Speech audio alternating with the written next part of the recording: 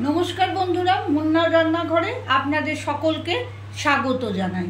आज आमी मुग मसुर भापा रान्ना करे देखाबो। एटा करार जोन्नो आमार जा लागबे अवश्यई मसुर डाल लागबे, जेटा आमी एकटु बेशी परिमाण नियेछि। एखाने 1 काप आर एकटु परिमाण मसुर डाल आछे आर मुग डाल नियेछि हाफ कापेर मतो। आर धनेपाता टमेटो लंका काँचा लंका आमी कुचि करे नियेछि। पेঁয়াজ মাঝারি সাইজের দুটো পেঁয়াজকে কুচো করে নিয়েছি। আমার লাগবে দুটো ডিম সেদ্ধ আর লাগবে কিছুটা আদা আর রসুন কুচি করে রেখেছি। সরষের তেল লাগবে, নুন লাগবে, গোলমরিচ লাগবে, হলুদ গুঁড়ো লাগবে, লঙ্কা গুঁড়ো লাগবে। এই আমার লাগবে। কি করে করছি দেখুন। আমি প্রথমে মুসুরির ডালটাকে বড় একটা বাটিতে এইভাবে ঢেলে নিচ্ছি। আমি ডালগুলো খালি ধুয়ে রেখেছি।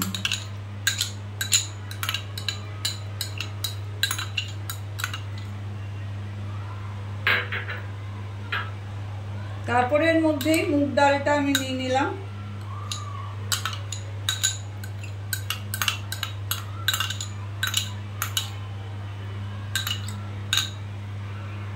এক এক করে আমি সমস্ত ইনগ্রেডিয়েন্টস এখানে দিয়ে দেবো। রসুন কুচি, আদা ছোট করে কেটে রেখেছি সেটা, পেঁয়াজ কুচিটা দিয়ে দেবো,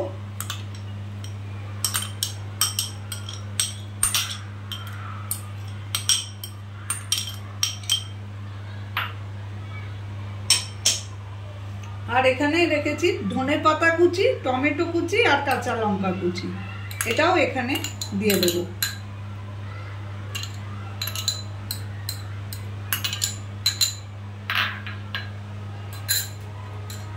এবারে আমি এর মধ্যে দেব পরিমাণ মতো নুন,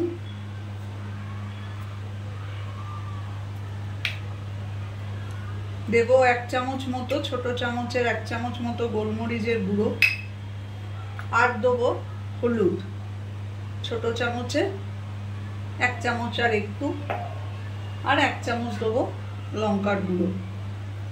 এবারে আমি এইটাকে খুব ভালো করে আগে মেখে নেব, তারপরে আমি এর মধ্যে তেল দেবো।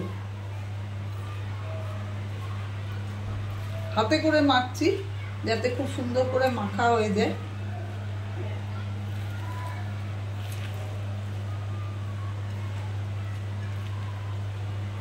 এদিকে আমি কড়াইটা বসিয়ে দিয়েছি, খানিকটা জল গরম করতে দিয়ে দিয়েছি।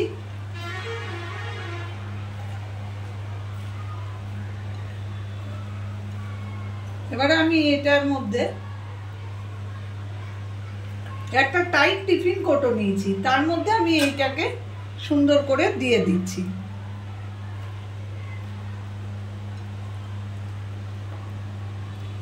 আমার একবারে ধরছে না পুরোটা, আমি দুবারে করব। এটা সরিয়ে রাখলাম।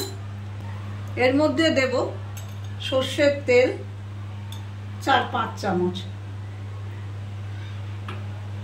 4 চামচ দিলাম, পরে লাগলে আরেকটু দেবো। দেবো এরকম অল্প করে জল, ডালটা যাতে সিদ্ধ হয়। এইবারে আমি এটাকে, আমার কড়াইয়ের জলটা ফুটে গেছে, আমি আগের থেকে গরম হতে দিয়েছিলাম, আমি এখানে বসিয়ে দেবো। 8 ঘন্টা আমি এইভাবে এটাকে সেদ্ধ হওয়ার জন্য ঢাকা দিয়ে রেখে দেবো। 8 ঘন্টা পর আমি আবার ফিরে আসছি। দেখুন আমি মোটামুটি 30-35 মিনিট পর এলাম। আমি গ্যাসটাকে বন্ধ করে দিলাম। এবারে জলটাও অনেকটাই আমার কমে এসছে, একটু গরমে ভাপেতে থাক, তারপরে আমি এটা খুলে আপনাদের দেখাচ্ছি। ঠিক 10 মিনিট একটু ঠান্ডা হতে দেওয়ার পর আমি নামিয়ে নিয়েছি। নিয়ে এবারে আমি ঢাকাটা খুলে দেখব। খুব সাবধানে খুলবেন, খুব গরম থাকে তো এই সময়।